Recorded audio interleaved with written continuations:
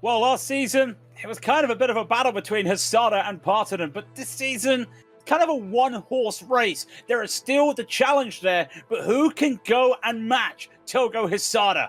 We will probably find out as we go to a track that we haven't been to for 2 years, and the first time with the new tyre model. It's Magny-Cours today for the classic Lotus 79 Championship here on iRacing, brought to you by the Global SimRacing Channel.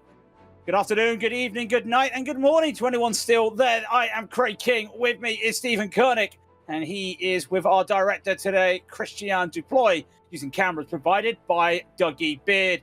And Stephen, first time they've been here for 2 years, Magny-Cours is a very much a sleeper track with a lot of speed and a lot of interest with these new tyres.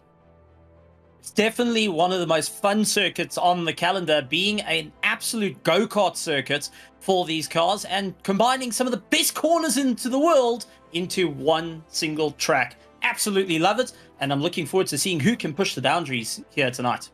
Well, before we get to see who can push those boundaries, let's go to our own boundary, the GSRC Track Guide, brought to you by our own Joe Peak. Welcome to Circuit de Nevers Magny-Cours. Located about 3 hours south of Paris, the track is most famous for its nearly 2 decades of hosting the French Grand Prix. But it has seen a variety of open-wheel series, sports cars, and motorcycles compete during its history.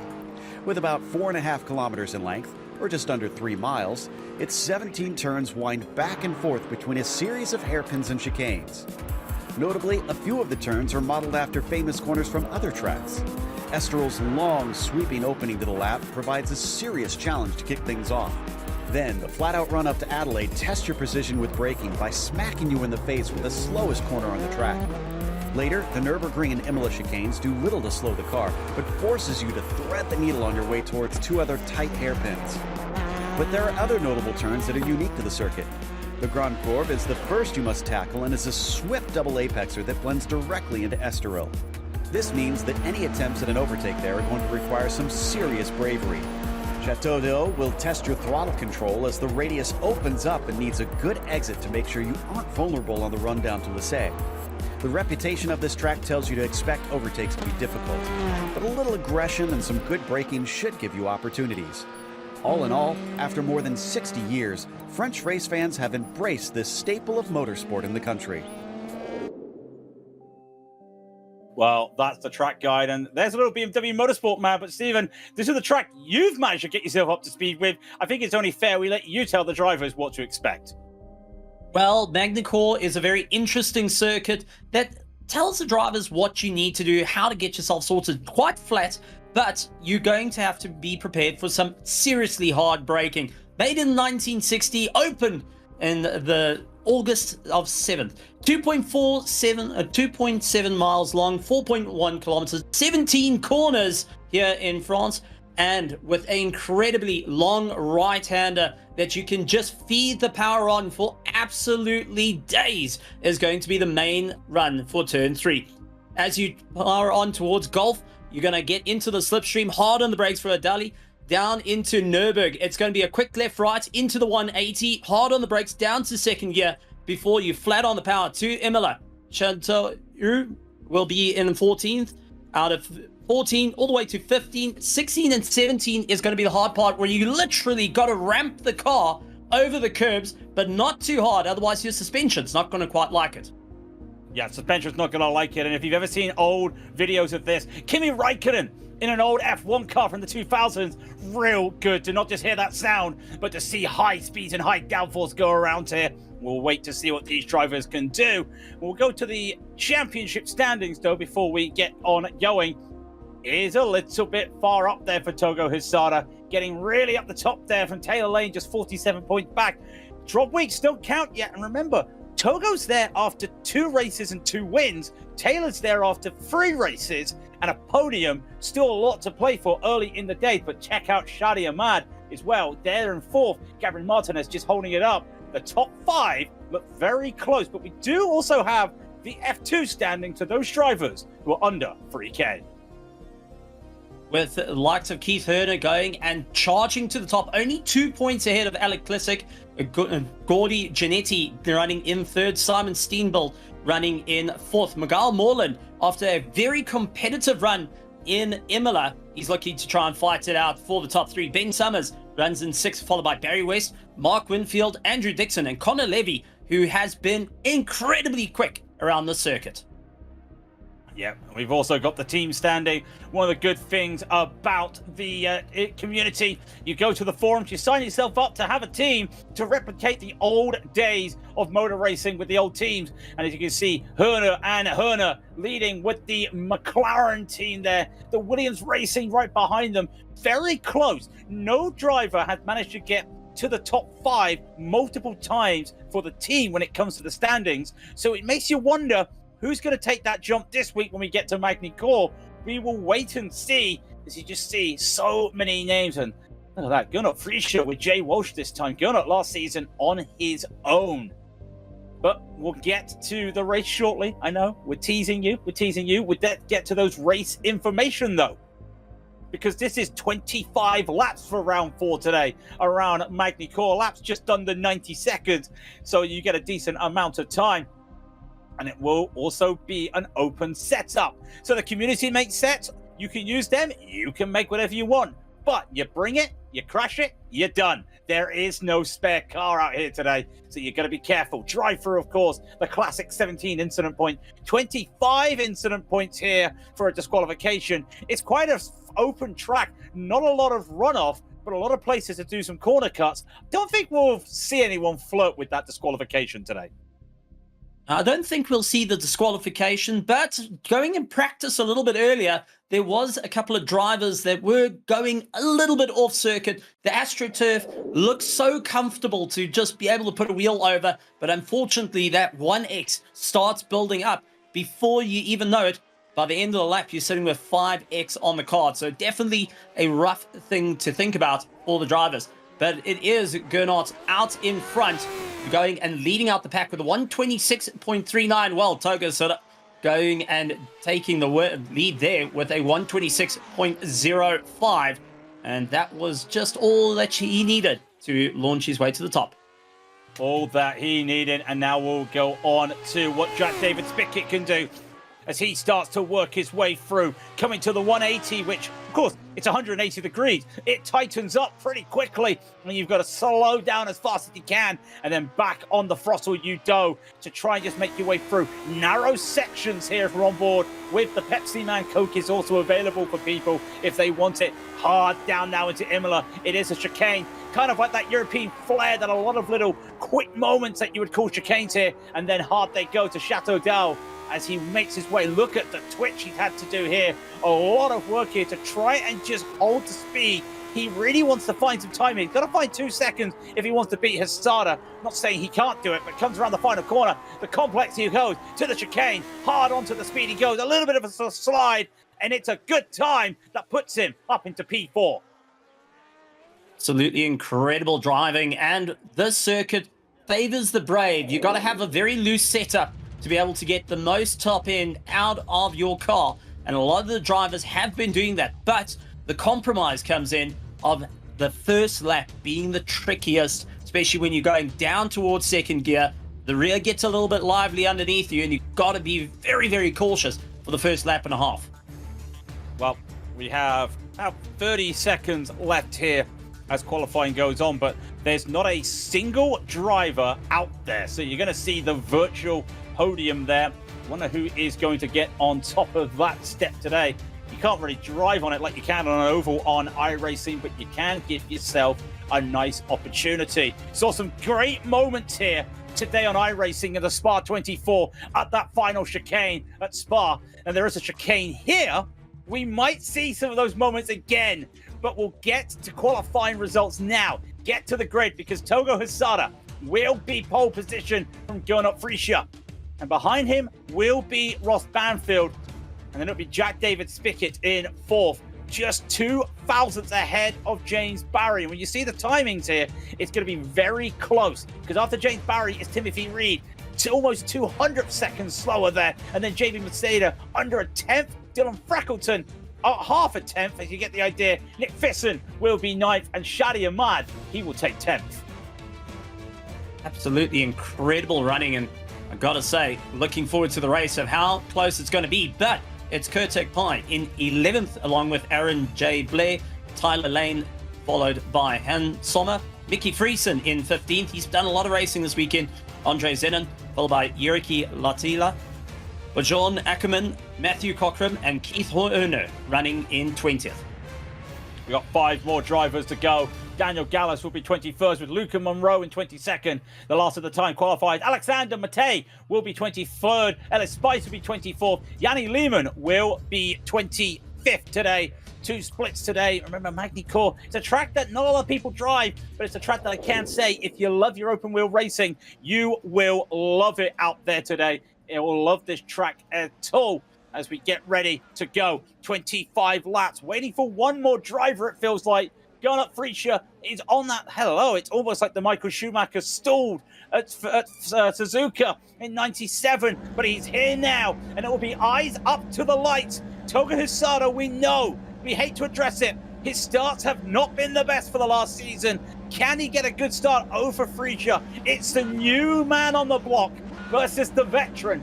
And we do have to wonder, is any of the drivers behind going to be a little bit of a spoiler? Eyes, of course, onto Spickett, eyes onto Banfield. But again, it's eyes on the lights. They start the revving, and here we go for 25 laps. We are green, green, green. And it is a good start from Hisada. He's really made that work today as he goes straight in for the first corner. Drivers trying to hold on, almost free wide in the background. We got 2 cars off straight away. Everybody, though, getting through the first lap very quickly. Hard they go now to the first part of the Storal, and everybody now should be up to speed. It's all going to be an interesting one. I'm keeping an eye, however, for Keith a little bit further back, leading out the F2 Championship, now running in Split 1. Lots of points to be had on the cards here, and a way to prove he can fight it out with some of the best. But Toga Asada opening up the gap incredibly quickly, does not want to get caught out. Likes of Banfield behind is starting to feel the pressure from Barry. Nick Peterson going and making up a bit of time. Flat all the way through and getting a little bit of pressure from Frickleton on the back. As we see Jack David around the outside, couldn't quite make it work. Has to wait out a little bit more. Tires just not up to scratch just as yet. Well, Jack David Spickett's got a slowdown and have to serve that. And Timothy Reed having a little bit of a moment as well there as he tried to hold on. Did see Aaron Blair almost missing the whole of the Adelaide corner there and losing out and making some moves, but keeping our eye on Nick Fisson. Dylan Freckleton right behind him. JB Maceda, probably the worst start. I say the worst start. It's actually Taylor Lane who unfortunately had the worst start in the race. Down already, and Shadi Ahmad, well, it's not working good for the man who claims he hails in the Democratic Republic of Congo. That claim is unverified, but one thing is for sure, he needs to get a real good move on. He's already lost 1 position to Kartik Pai. Doesn't really want to start going backwards. Tyres should be warmed up now. Shadi trying to keep into the flow. Remember, they're going to be running low downforce on these cars, so you will start to feel it getting buffeted around by the aerodynamics and being stuck in the dirty air. But you can see as Shadi Ahmad starting to battle, losing out a little bit of time, and allows Blair to get closer and closer in the slipstream. Timothy Reed absolutely misses the corner by light years and will have to turn himself around and rejoin with the field. That is not what he wanted to have. That's not what he wanted to do, and it reminds me of something that happened to him a few seasons ago. He missed the chicane at Aragon, thought there was a way to drive straight on. There wasn't. It was a massive brick wall. Had to turn around. He was deemed disqualified for going backwards. Lost a lot of time there, but this is Jack David Spickett. He capitalizes on that mistake, and he now looks to try and catch up to James Barry.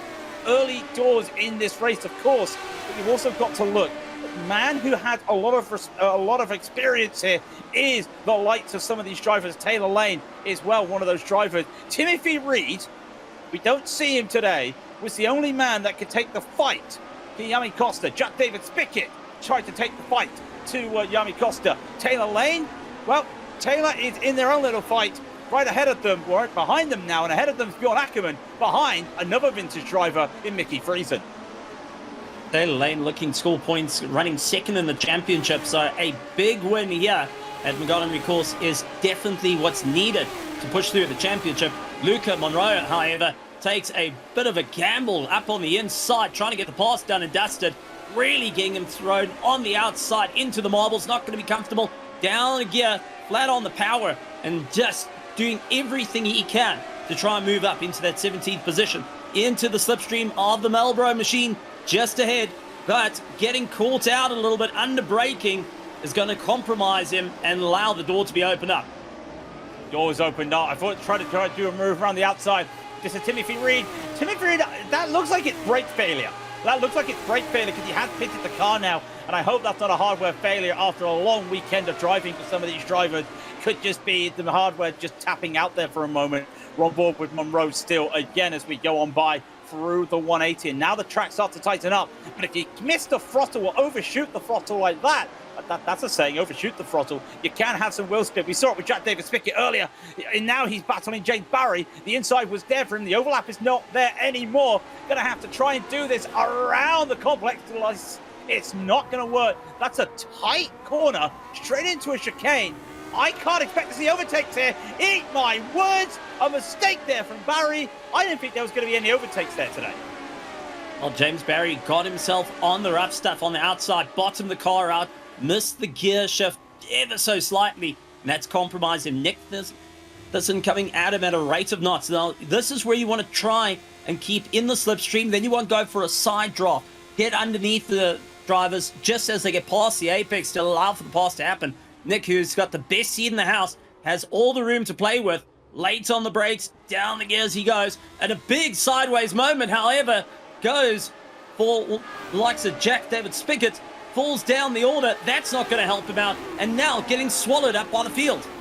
Getting swallowed up, but Dylan Frackleton may have had a slow down there, and he does. And he holds it to the middle to try and be on defense. Meanwhile, ahead of the Nick Fitz has got a little bit too wide. And Jack David Spickett now got a little bit too wide. So a little bit of a moment out there for these drivers, just worrying a little bit. And that tight section there, all the way from the Nürburgring to the 180 is tight and treacherous. This middle section, think of it like the last section of Red Bull Ring if you're used to F1. It's old and it's narrow, and you can go side by side, but it's tough to keep it side by side down here. Jack David Spickett will have to do more work. Down 4 places now, but he has the cars in front. He just doesn't want to see Dylan Frackleton, and you know it's Dylan Frackleton. He's in the lightning purple. He doesn't want to see him being the champagne cork in the champagne bottle. Jack has got some serious drive out of the final corner, but just can't lift the cars off the apex and battles to try and get it worked out. As we do see likes of Masada just ahead, who's more than comfortable to drive a very defensive wide line. Jack forced to try and figure out how far is he willing to go late on the brakes. Looks for the deep inside. However, he's going for the on the outside this time around. Bit of a change of what he was used to, but it's going to try and capitalize on a moment here. Late on the brakes, trying to get the acceleration out early, and Dylan Frackleton losing out a position, just being moved off the apex. Yeah, I think a lot of that was while JB lost the car and overshot the corner a little bit with how tight Adelaide is. You see the drivers, they're really struggling with the 180 here today. With the way that was happening, they're really having struggles to just slow the car down, but then you can't open up the corner and allow JB to hold on to that position. And this is the first time for a while that we've seen Hazada be under pressure. And he's under pressure from Friesa, and he's under pressure from Banfield. Look at the gaggle in the picture-in-picture. I feel you could say you could switch this round, but we have to keep our eyes on the lead battle because this is the most Hazada's had to work if you ignore the mistake, the screen freeze from last week. This is the most he has had to work to make a move. Jack David Spickett up in the picture-in-picture, trying to get around Dylan Frackleton. He's done it for the second time, Stephen. These drivers have made me eat my words on that final corner. Absolutely incredible stuff. Now he's going to try and hold the defensive line, shoved right to the fringe of the circuit. And this is going to cost him a bit of time. Frackleton really holding the corner as much as possible, trying to keep the inside apex and really not having an easy time. But see what happens when you lose the train. You can't get back in. You're going to go into the hairpin. Shadi Amand is going to look to try and get the pass done and dusted under braking. Late on the anchors, goes for the inside line. Can he get on the power early enough? Well, they went 2 by 2 down the Gulf Straight there, and I don't think that's the Gulf Straight from Le Mans, because that was a proper battle there. They all went 2 by 2. Shadi Ahmad, he's in the black car there, trying to catch up to the 2 cars in front, Kartik Pai and Dylan Frackleton. They were going side by side, and I thought for a moment Pai may have been able to get that position. Frackleton was a fantastic defense there. unable to make it move, and you've still got battles behind them because Hans Sommer is in this battle with Aaron Blair and Andreas Zanon, and this is now a gap. Like, this is a massive gap here. Freckleton, High, Ahmad, Blair, Sommer, Zanon, all of these cars battling for P8 in this battle right now. I just look at them all bunched up together. All keeping in 128 as their times, but our leader, Togo Sutter, seeing the fastest lap time of the race, trying to break away from Gernot as quick as possible. Ross Banfield was holding the fastest lap for quite some time, so he's properly trying to keep on the power. But you already can see Sutter picking up a bit of debris on the tires, not getting too comfortable, and got to be really careful about running it to the fringe of the circuit. Got to be careful to be running to the fringes, and we did see him yesterday in the IMSA Vintage. If you see a racetrack, you see a series that's got Suzuka, circle it and write Togo Hisar. Togo Sutter hoping to keep the pressure going as Gernot is chasing him down, looking for the inside line. Late on the anchors, couldn't quite get it done and dusted. We'll have to wait yet again as they fight their way through. But honestly, Craig, this is turning into a phenomenal battle as Ross Banfield has got the best seat in the house.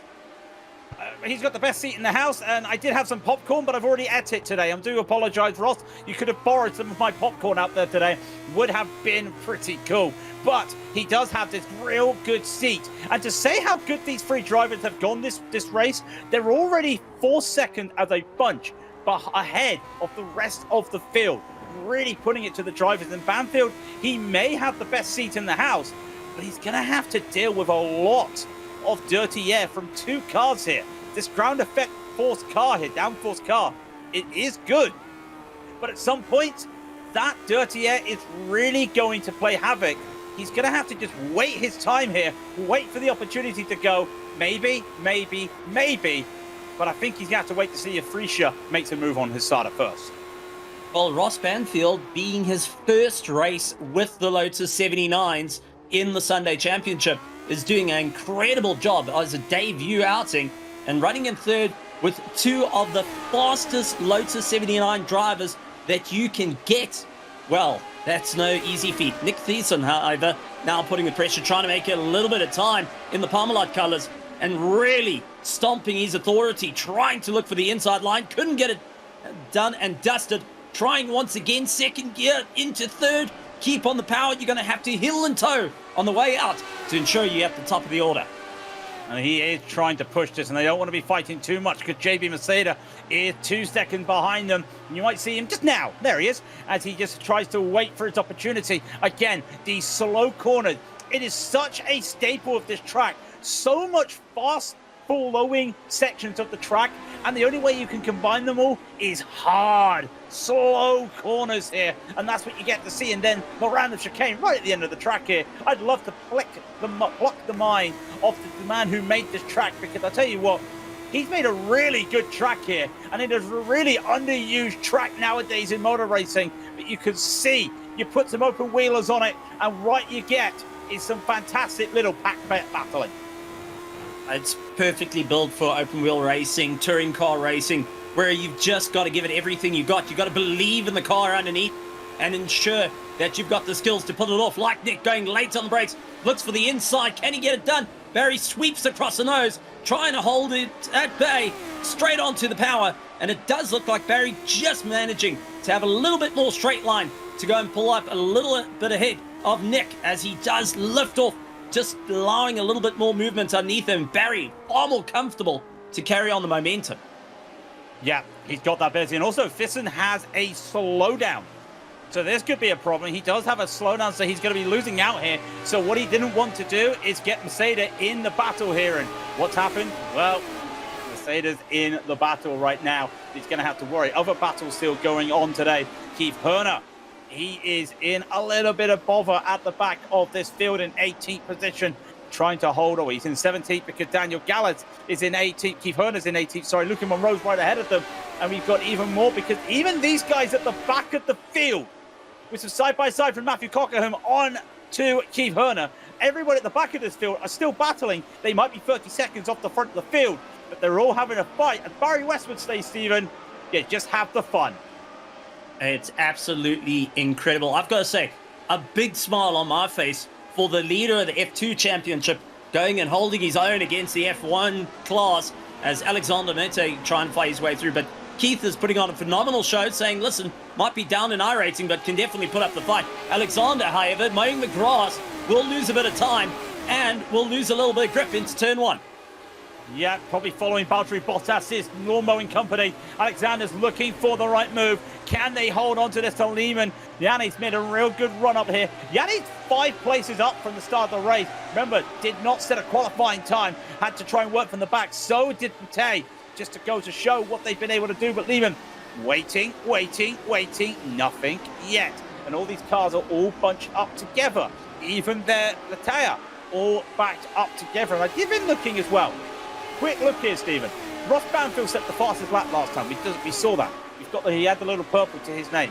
A 1:27.156. These guys can go faster. Everybody here, these guys and girls can go faster. Banfield has the fastest lap this week in all sessions with a 1:26.747. There is still a lot of pace out there. Absolutely, and as grip starts to come more and more, we're going to see it towards the end of the race. But Taylor Lane going and having a huge amount of fun. Late on the brakes, Nick Peterson, however, gets the fastest lap on that last one. So Nick is also putting the hammer down. He wants to get past the likes of James Barry. But Taylor Lane getting into a more comfortable rhythm at the moment, focusing on just hitting those apexes and not wanting to overshoot any of the corners. Doesn't want to hurt the tires too much. You can see mistakes are starting to creep up ahead. Mistakes will start to creep up. Some of these drivers are going to just address it once again. In Europe, still in a bit of a heat wave. And some houses, they don't have aircon. They got little dinky fans. Ask me how I know. They are struggling in this heat, some of them. And it does play a little bit of an effect. Because the more heat, the more you start to run, the more you start to perspire, the more you start to effort energy here. So it's got to be careful. And the energy right now that we're seeing is Hisada having to defend against Freisha. And Freisha, I think that was a little bit of dirty air there because he had a chance there. And the car, it just had a little bit of a wake coming through that corner. Ross Banfield's going to capitalize on it now, trying to make up a bit of time. Ross holding that third place and pushing as hard as he can. Has obviously been doing some high altitude testing out in Africa to go and compensate with the heat that goes on. But Ross having a phenomenal show now in the slipstream, going closer and closer to Gernot, sitting in the mirrors, and that's just going to be playing on the mind of Gernot, figuring out what he needs to do, constantly hunting down Sonoda and constantly going and looking in his mirrors to see Ross waiting for an opportunity. Well, it'd be great if it was Yuki Tsunoda, but it's Toga Hisada, and they're all trying to make their way through on the day that the Grand Sumo Championship returned once again for its July championship. We see Toga Hisada looking to emulate the likes of Hoshirio and Ono Sato to see if he can get yet again another dominant performance. He is the Yokozuna of this series, and he wants to put a stamp on that today. And maybe he may see a little battle here from the man that could be the designated Ozeki in Gernot Freisha, because he's pushing and pushing, and every time he gets a real good run, he can't get it. And now you start to wonder, they're using possibly the same set. They probably got the same amount of wing, but it almost looks like to get around Hisada, you might have to sacrifice some wing next time by. You're going to have to really just put your nose in, trail brake in as late as you can, use as much engine braking as possible. You don't want to go and land up slowing the car down too much, relying on a lot of that aero underneath the car, the tunnels to keep you stuck to the road. But Ross is far more comfortable out of the final sector, where it looks like Gernot is far more comfortable in the second sector compared to the likes of Toga, who is definitely quicker in the first sector. So each of the drivers have their own advantages, but how are they going to utilize it towards the end? We're on lap 13 or 25. You're running out of time. You're running out of moments. And you can see how Gernot trying to go around the outside. Toga going to go late on the brakes. Keeps to the apex. Can he make it go through? This time, however, it is going to be Gernot with the drive. Got up with the giant Colin Chapman. You made a car that allows them to go side by side for a corner like this. And into Imola they go. And I think Freisha, he just gets the slowdown. Hissada's in the gravel. And that just goes to show the pressure. Imola could have been gone side by side. And the damage, Freisha has to serve a slowdown. He served it. Hissada goes to the back of the queue. He's got to do it all for the first time today. And maybe it's a little bit of an issue. Hissada spins. This is development. He's got a broken wing, Stephen. Where did he pick that up? A little bit of side-on contact possibly has been it, but this is Toga Hissada losing positions, and Toga Hissada is going to land up losing his first place in the championship quite quickly as he falls off the circuit yet again, losing 2 more positions, make it 3 on the way through. Toga Hissada is having a nightmare of a race. Yeah, he came into the braking for 180. He came into the braking for 180 after Nürburgring. And what happened? It was a little bit of a tap to Roth Banfield. It did damage his wing. The rear wing, we'll get to see it right now. Here they go side by side through Adelaide. And they come on by. It's the lightest of taps. It was never on purpose. It was just the speed there. And that has damaged the wing. That will affect the downforce. But with the way Togo's braking, I wonder if there's a little bit of a breakage there in the wheel, a little bit of the drivetrain or something, because he's struggling. I mean, he's in 5th position, but he's struggling out there on a track that you need all the speed you can to have your wing bent a little bit. You're going to be losing that top speed. You're going to be losing the grip, and look at him. He is struggling. He's sliding. That is not a car that is easy to drive right now. Wheel alignment is out. I'm looking at how he's fighting the car, trying to keep it in check. That rear is just not helping him. That left rear not wanting to give, not wanting to go and live with as much pace as he needs it to be. And there's a major tank slapper again, constantly fighting it.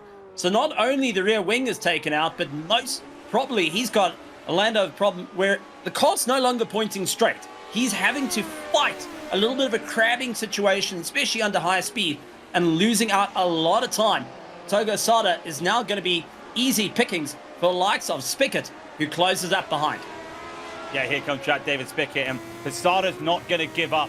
Hissada's not going to retire until the car can no longer go, and he's going to have to try to adapt to this. He's a man, if you've seen highlights before from Hissada in the 49s, doing a drift over Flugplatz in the Nürburgring, he knows how to catch a car that's going, and he can do it. It's going to be tough, though, when you're going these speeds around this track right now, because Spickett goes on by, and it does just feel like Togo, he cannot run right now. Togo, in the slipstream, could only get up to about 255. Jack David Spickett was just clawing his way, but there are more battles. We'll see where Hissada falls. Shadi Ahmad, he's still in this free car battle. Yeah, with Blair right on the back. Going back to Toga Hissada, it looks like he's lost the mechanical grip that is so needed, especially on this circuit. You've built your car to handle high speed, so it's got low aero, but take away that mechanical grip, it becomes an absolute nightmare. Alexander also on a great chase at the moment, trying to make his way up through the order. Now up into 17th position, and for a driver that wasn't able to get a time in qualifying, doing an absolutely stellar job now. Oh, major tank slapper on the way through, however. Yeah, this is what happens, and this is not a lesson. This is not a let's all point and laugh. This is what happens when you get the unfortunate moment of invalidating both your qualifying laps. You get 2 laps here in 8 minutes. You get an off track in either of those, and that's your lap done, or even just the tap of the wall. That's your lap done. It's invalid. That happened to Alexander both times today, and unfortunately, he had to start at the back. He has been struggling. +6, though. You've got to tap the hat off there. It's still good for him. Kartik High made 3 places up at the start of this race. Here he goes with Hissada, and they're basically matching. Hissada cannot hold on. Very shortly, he's going to go out of the top 10. And that's going to be a shame, but at the same time, when we look at the championship, Stephen, I think he may have to accept this as a drop week. This is going to be a blow, and for the very first time in this year, 2025, we've seen Toga Hissada falling down the order in such a rough fashion. Always been a very consistent top 5 runner. Unfortunately, this time around, has to just keep circulating for the points as he's got Fickleton behind him. And we did see Frickleton a little bit earlier, lose the rear of his car coming onto the main straight. He's gone and reclaimed some time, but this is only going to play into the hands of the likes of Tyler Lane, who is running second in the championship, seeing first place tumbling down the order. Yeah, got to feel good to see that for Taylor, but you also got to feel good at Freesia. Ross Banfield, they can kickstart their championship today with what's happened then. You look at where Gernot is, ninth in the championship, did not turn up for Mosport or Imola. He gets a chance to try and dominate and trying to make some moves here. Nick Fisson, I don't think he's even done any races this season. This is how he comes back. He comes back with a bang. Dylan Frackleton still trying to find some places. It's always good to see the Purple Lightning TVR around there, the TVR inspired livery here, battling with Aaron Blair. And if you can't hurry, yeah, that is definitely what it says on the car. He's got it. If you can't hurry, love is what it says, or as Lotus, sorry, it crossed out with Lotus. I think both apply here, Stephen. Most certainly is. Dylan going and loving the rear, starting to step out, saving it right at the last. I've got to say, great car control there, especially out the hairpin. Try and keep your revs up to ensure that you get the drive out. You don't want to drop the revs too low, otherwise it's an absolute slug out of the corners. But you've got to have to be very wary of the rear stepping out. As we do take a look, Alexander trying to make a move up on the inside, trying everything he can to get the drive. Unfortunately, not able to make it work in his favor. He's going to have to go late on the brakes in our picture-in-picture. Yep, that was happening there to Alexander. We'll get on now on the main picture to see Matej trying to get to this battle with Luca Monroe for 16th. Matthew Cockham's right behind. He's made a couple decent moves today as well. Luca Monroe not having the best of qualifying either, and he's having to try and make his own battles up there at this moment. You're not missing anything in the front of the field. Gunnar Freesia started to gap Ross Banfield, as we would probably did not expect, to be fair, with how tight they were all racing early doors. Alexander, a little bit of a moment there for the Chateau d'Eau. I do apologize, my French isn't as good as it used to be back in school. But Daniel now just trying to hold on. 4-car battle for 16th. We've got a 4-car battle for 16th. We've got a 4-car battle for P7. We've got a 3-car battle for P3. Everywhere you look today, there's a lot of battles happening out there. Oh, I've just got to say, Luca Monroe, last time I got to be on a circuit with him was an epic battle in GD3s, and he always sits with this little Evie on his race seat. It's a good luck charm, and it's working out in his favor, up 6 positions since the start of the race, and is absolutely fighting it through. Taylor, however, is on the charge, lying in 12th once again to that top 10, and is constantly putting pressure to try and move through, but it is going to be Sommer up ahead. That's going to make things rather difficult for it. Well, on board with Taylor, but remember, you need 6 Pokemon for a battle, and he's got the 6, Monroe. He's already up 6 places. He wants to make sure it stays 6 places and go to the 180. Keep on going. Taylor Lane is well battling with Hans Sommer as they keep on trying to battle. You almost need a picture-in-picture every time we go somewhere, because there are battles going through, and the nature of these slow corners are causing drivers to look for moves right here. As you can see early on doors, Gunnar Freesia went fastest, by the way, a 1:26.7. Still time there on the table, but the times are starting to drop. The laps are starting to drop. It's 7 to go. Daniel Gallas as well. He'd love to get some more positions out there today to try and savor what he can do. It's a very tough strength of field today, and for the likes of Daniel Gallas, unfortunately, just really finding the pressure a little bit too hot. Not wanting to push it too hard out of the corners as well. You can see very gentle on the throttle as he lifts it through. Daniel Gallas just waiting for an opportunity to come on by. But time running out is going to be the most negative thing in his favor. He needs to get the bite. He needs to push as hard as he can. We've seen it before where he's able to do those last lap scenes. He needs to go and touch with the skills and fight it through at the moment. Well, what can Alexander do here on Luca Monroe? Going to try and do what we saw Gunnar Freesia earlier today. And it did not work this time through Adelaide. Let's see if they can try it one more time, but lost a lot of time through that corner. And I wonder if that's a bit too much time wasted out there at the moment. Still got a chance, through 130R. But again, drivers taking it very wide. And I know you've got the penalty loop there for motorbikes there, Stephen, but it kind of feels like the drivers are trying to take too much speed through the 180 today. Just trying to hold it in third gear for a little bit longer, especially into 180. If you get your braking wrong, you go right into the marbles, and all that you get is just understeer the whole way through, and you'll turn the steering over and over and over and over until eventually it just doesn't want to give anymore. You need to try and slow the car down a lot earlier and get yourself into second gear to get yourself that more power out of the corner to ensure that you're back into the fight. I'd rather brake earlier than later, and we do see Ackerman getting a huge slide as Alexander looks on the inside. Luca gets a little bit of contact, and that, unfortunately, is a wheel going missing. 3 wheels on his wagon. They went side by side going into the start of the lap, and unfortunately Luca just got a little bit, it was a bit of understeer there.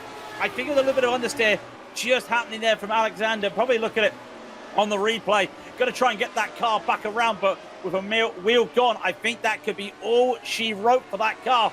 Taylor Lane, though, well, it's not over until Taylor decides it's over, and still got a lot of time out there to try and catch up to Hans Sommer. But 5 is the number now. It's 5 to go for these drivers, and just maybe it's going to be tough. Still got more battles. Shadi Ahmad is still battling Kartik Pai. Remember, Kartik Pai was battling for the lead last week. Here's the move. It kind of feels like, they just had a coming together there. One was a little bit understeering into the corner. One probably turning in a bit too early. Just looked like a racing deal to me. Unfortunately, the front right getting dug into the sand, and that was all she wrote, going and snapping it. But now we take a look to Shadi Ahmad, who is properly on the chase here, been climbing up through the order, up 2 places from the start of the race, with Pai just ahead, and Blair chasing down behind, hoping to get a little bit more of a run on the likes of Pai. Can't get late on the brakes. He's not as comfortable like Pai at the moment, but Shadi is infinitely doing an incredible job. And this, unfortunately, is Ackerman having a very, very scary moment. Spun round, brings it back. Fortunately, no damage to his car, but loss of position down into 22nd. Yeah, Luca trying to get back onto the track. It was an active track, and I think that's what also got a little bit of a spook beyond there, having to take a different line. The car said... Dottie hoping to keep power on and battling his way through late on the brakes as we got Aaron Blair now up the gearbox, trying to figure out how to get past. This is going to be a proper fight between them. Pai hoping that he can just keep the power as on as possible. Shadi Ahmad, however, has got Blair hunting him down, looking for an opportunity, chasing down every corner possible, trying to get the front nose in. Well, we got more battles as well, but we'll just have a quick look here of Ross Banfield. It looks like Ross had a little bit of a moment out there, and it is Banfield. Whoa, that's not the line you want to be taking. And I wonder if Ross has got a little bit of damage, because he's now battling P3 with James Barry. We're back live, trying to just keep on going. Jack David Spickett in the pit, where some damage. He's having a complaint. But right now, around he'll go. That's going to be another off track for Ross Banfield, and another slowdown. He'll have to try and hold it, but you can serve it while battling, and that's what he'll try and do. Back up James Barry to hold it. Gone up Freisha with that. Takes the lead after everything. This is crazy. Nick Fisson is now up 7 positions. Absolutely great stuff. Ross, however, starting to feel the pressure as James Barry can see the mistakes starting to happen. Knows that he can keep laying on the pressure. Keep sitting in the mirrors, as Ross can probably have 2 more mistakes before that will be the end of it. But you'll start to wonder the undercarriage of the car. How much damage is there, as he's been abusing the curbs for so long? Yeah, there's taking the curves, and there's taking the curves. And that has caused a lot of issues out there. Nick Fisson now at 26.683. So we're getting there to that fastest lap territory. We're getting to that fastest lap territory we were talking about. In fact, last time I looked, the fastest lap, remember, we talked about it, 26.747. Nick Fisson, now fastest lap of the week. Aaron Blair, he can't get the fastest lap right now while he's battling Shadi Ahmad with Kartik Pai, but he's also got Dylan Freckleton right behind. He has to be smooth, he has to be fast. You can't rush it. You're going to have to just keep smooth, cool, calm, collective. Smooth is fast out there today on a hot track that is 32 Celsius, 90 Fahrenheit. Trying to go gently down the gears into the hairpin, and Shadi Ahmad trying everything to get the drive out of the corner, just not having the advantage, losing out just not having that torque at the low end of the rev spectrum. You can see immediately the lights of Blair closes up at a rate of knots, with Pi just getting away out of the corner exit every step of the way. The frustration behind that helmet must be immense at the moment.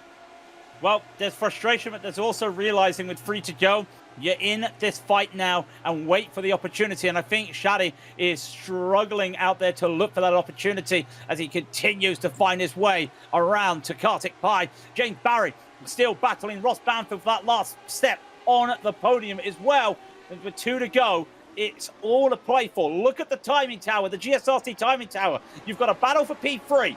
You've got a battle for P7 with 4 cars. You've got a battle for P11 with 3 cars. Everywhere you look, there's battles, and this is one of them as Pi has to defend on Ahmad. Shadi's just got to try and carry the momentum. A little bit of a late braking throws him out wide. Now into the hairpin. This is where he brakes a fraction too early. He needs to try and gear himself up, stick to the outside, make sure the revs are high enough to get the go. Aaron Blair's going to try and feed for the inside. He baits him to hold the inside line. This is going to just kill the drive, unfortunately for Shadi Aman, and that will lose as Pi starts to run away. Aaron is actually causing more harm than good to Shadi Aman at the moment by forcing him taking that tighter line.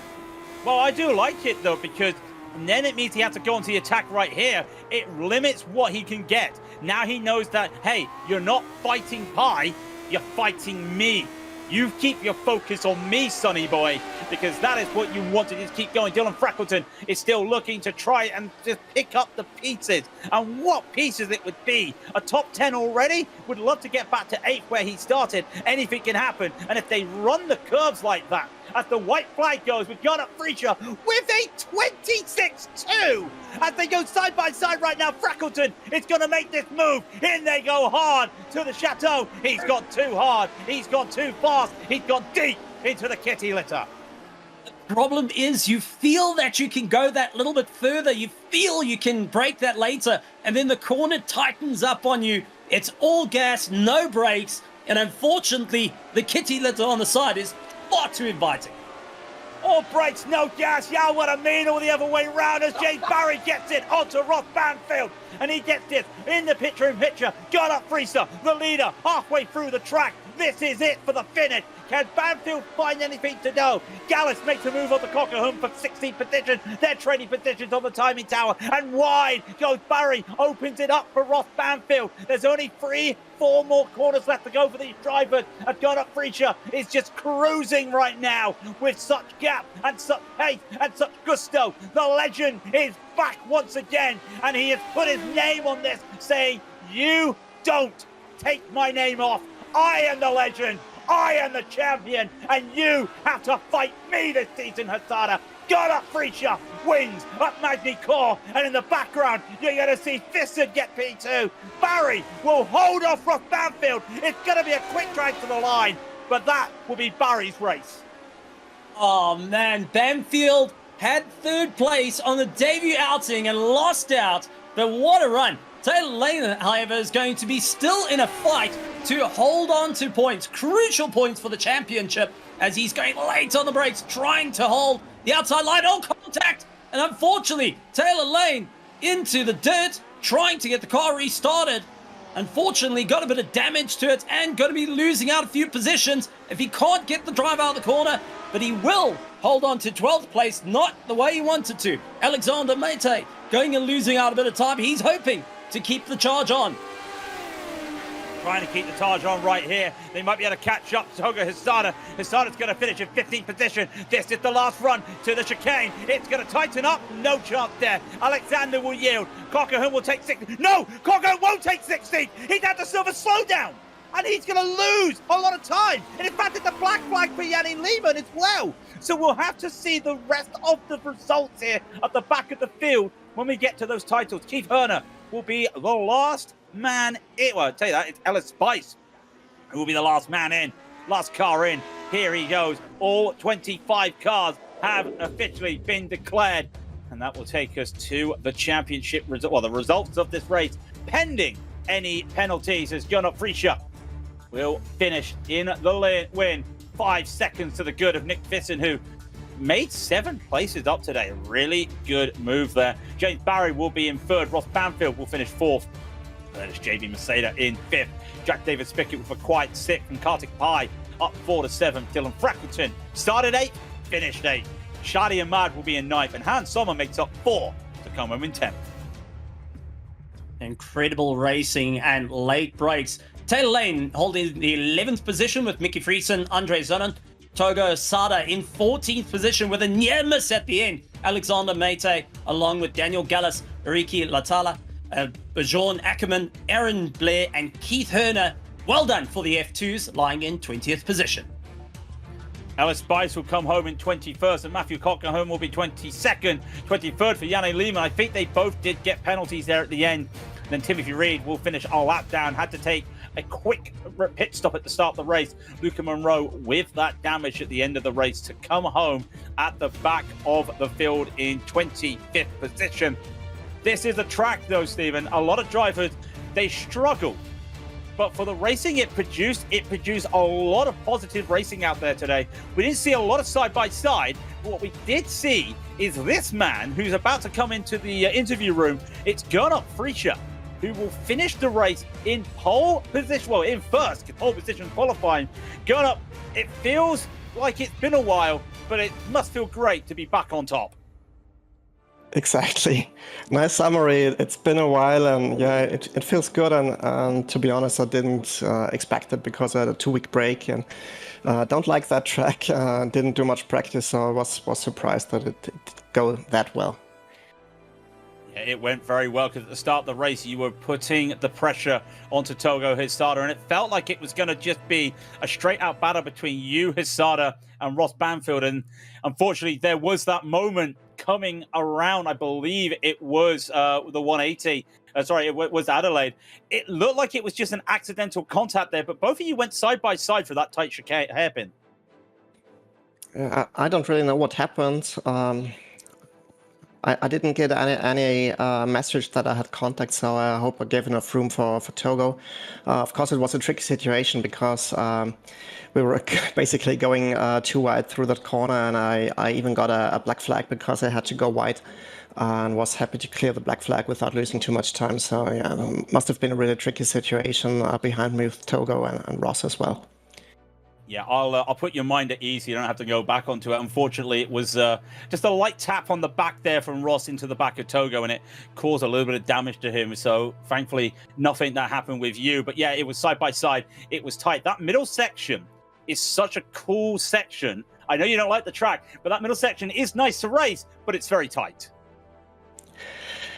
Yeah, I think the track is not even that bad, but yeah, it's just personal preference maybe, and it's really tricky to drive because you easily overheat the rears, and the kart slides a lot, and they're blind fast corners, so it's quite a challenge to be quick here. So let's address next week because it's a big deal next week. It's Portland with no chicane, but the forecast is 33% chance of rain. I need some insight here. This is going to possibly be the first time these cars drive on the wet. What are you expecting and how are you feeling? I have no idea. I never had that before. Obviously, this season we never had rain, but yeah, as I said, I did miss 2 weeks. So yeah, if it's first rain race, it will be exciting. I'm looking forward to it. On the other hand, it's another new track, so yeah, will be tricky again. Well, Jonah, the floor has to be yours after a victory. I can't look at the spreadsheet right now. I can't look at the stats, but you add another win. The floor, of course, is all yours. Yeah, thanks, guys. As always, you do so good broadcast. It really adds to the series. Yeah, and I have to say thank you to everyone driving this series because it's the best place to be within iRacing, in my opinion. And yeah, congrats go to Nick Peterson as well. He's always doing so well in the races. Yeah, coming from behind of the qualification, and yeah, congrats to James Barry for a great third as well. So see you guys. Bye bye. Yeah, thank you very much there. Gernot Friescher finishes the winner today at Magny-Cours. And Stephen, that will take us to the end. And like I said, next week, it's a chance it's going to rain. And I know that you love driving this car at Portland. How are you? I think you might be racing this. How are you going to be preparing for this? I've been doing more laps in the rain around Portland than any other circuit at the moment. It is going to be a huge amount of fun. So 20th of July, first ever time, Lotus 79s are going to race around on a circuit that is notoriously difficult in the rain. I love it. I'm excited for it. And it's really going to see the skill levels go and increase above one another. I'm really looking forward to it. And after tonight's race, I'm hyped to get back into the Lotus 79. Well, we're all having that energy, but we're going to simmer that energy. We're going to box it up and we're going to keep it ready for next Sunday for the Lotus 79s. I want to give a shout out as we close today to Stephen and, of course, to Christian in the cameras and, of course, Dougie Beard, who provided those cameras. It's been a fantastic race here today. Finally, Hisada has been dethroned in a race that he's raced in.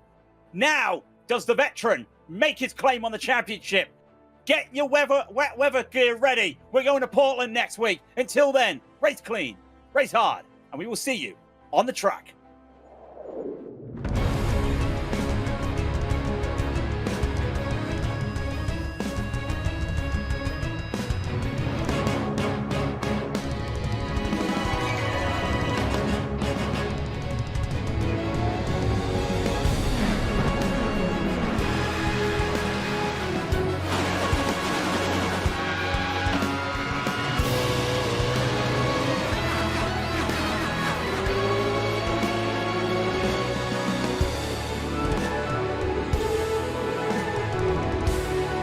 This is iRacing.